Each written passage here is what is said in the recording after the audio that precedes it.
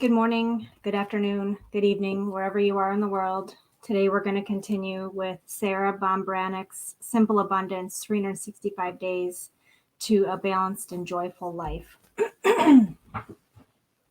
February 4th, Becoming Mrs. Miniver. Have you ever lost yourself so completely in a book or a movie that you become part of it? Something about the story, the writer's voice, the heroine, or the conversations and the dialogue struck a profound mystical chord in you. However, when millions of people around the world have the very same reaction, it is the work of spirit, even if it springs from a human heart, mind, and hands. The 1942 Oscar-winning English wartime saga Mrs. Miniver, starring Greer Garson, is such a divine inspiration for me. It depicts an English middle-class family's heroic efforts to preserve what was precious in their daily life as they learned to cope during wartime. Mrs. Miniver is the embodiment of a sacred archetype of a woman defending her family and home from all danger through her faith, intelligence, strength, courage, determination, unshakable optimism, and love. And she's such a powerful heroine because each of us can see ourselves in that role. I met Kay Miniver after September 11th, 2001. At that time, I had an apartment in New York, and my daughter Kate had just enrolled in New York University. As America reverberated from the shock of terror on our own shores, I was frequently asked to give advice and comfort to other women, but I felt so inept. Secretly, I needed a woman in my life who I could emulate, one who possessed repose of the soul. I needed a grown-up heroine to help me remember what mattered most, making a safe haven in a scary and tumultuous world for my daughter and myself. That's when Mrs. Miniver and I found each other. I want to share my love of Mrs. Miniver because she has inspired me to create a caution closet for emergency preparedness. Preparing for the unexpected is a task I've known I should tackle, but every time I'd tried, the plethora of disaster scenario books would scare the heebie-jeebies out of me. Instead, I'd watch Mrs. Miniver. Finally, I made the connection between my role model and the caution closet, and becoming Mrs. Miniver became my metaphor and mantra. I'll be invoking her wisdom and calm presence throughout the coming months, and I know she'll become a great friend of yours too. At the end of every month from here on out, you'll find a meditation called Do Try This at Home, which will focus on one aspect of our caution closet's preparation.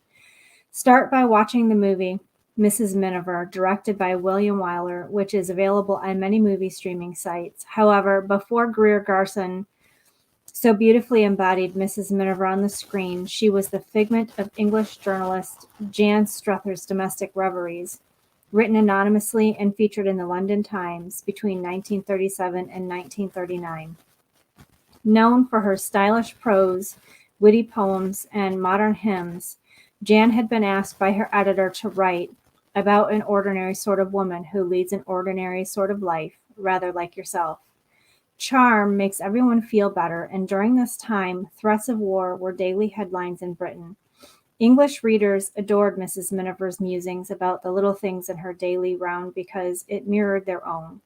As one reader said, Mrs. Miniver was the only cheerful and bright bit in the papers.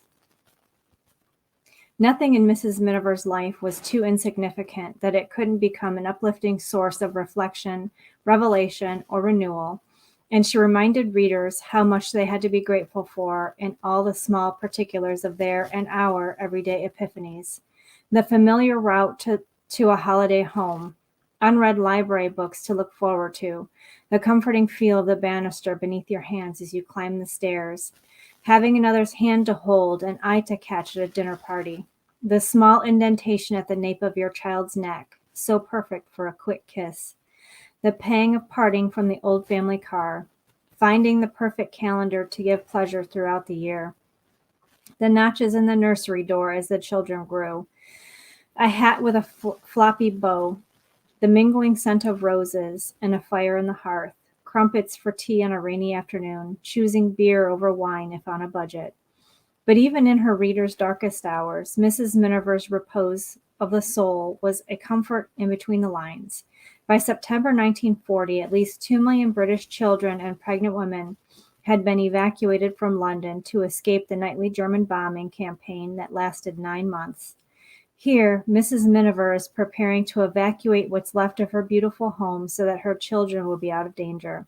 As Mrs. Miniver thought to herself, another thing they had gained was an appreciation of the value of dullness.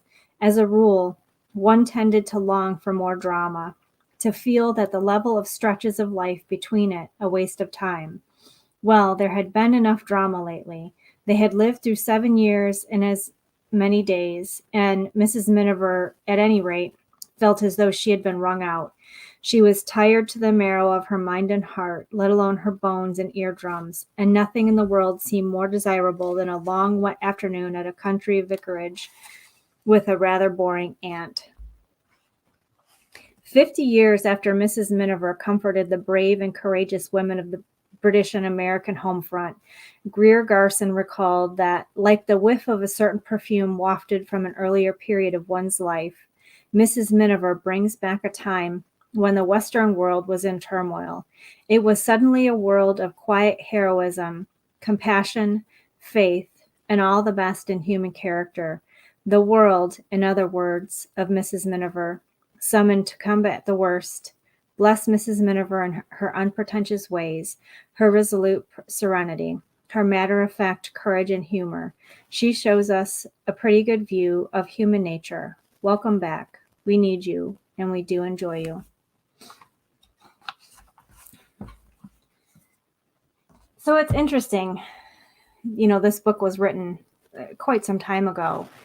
And in that, she talks about wartime in Britain and, how stressful it can be to, not really know what's going on, to not have all the answers, to really be worried about, whether, what tomorrow's going to bring, basically. And right now, we're going through similar things. Like, it's not a war per se. Like, we don't have to worry about whether our house is going to be bombed. But, well, maybe you do, depending on where you live in the world. But for the most of us, we don't. It's not something that we really have to worry about currently. But we do have to worry about the stress of being alone, the stress of not being able to see our friends and family, of not being able to go out, of being locked in. And that can be really, really hard to deal with. And I really like the idea that, finding joy in the simple things, finding joy in the little things, because we have a tendency to take all of these little things and all these little blessings that we have for granted. And it's not until we're forced to leave these things or to, go away or do something different that we really start to truly take stock of everything that we have and be grateful for it. So, during this time where, we're in lockdowns and we're forced to be, in isolation, I really implore you to just take some time, do your gratitude journal, write down things that you're grateful for, go through all your things. I'm finishing up a book right now. It's called Goodbye Things. And I'm actually really enjoying it because I've started doing clutter clearing.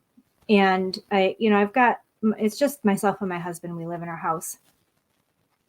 And you have a tendency to accumulate a lot of stuff, and it just kind of goes to corners and it gets shoved under beds and it goes into closets. And so I've been going through after, listening to this book, Goodbye Things, and realizing just how much crap we really hold on to that is really not even necessary. So if you have time, go through your stuff and find things that you can get rid of, things that maybe are still good and you haven't used in a while, and, someone else can really take pleasure from it. I know depending on where you are in the world, there are still a lot of places that are accepting donations.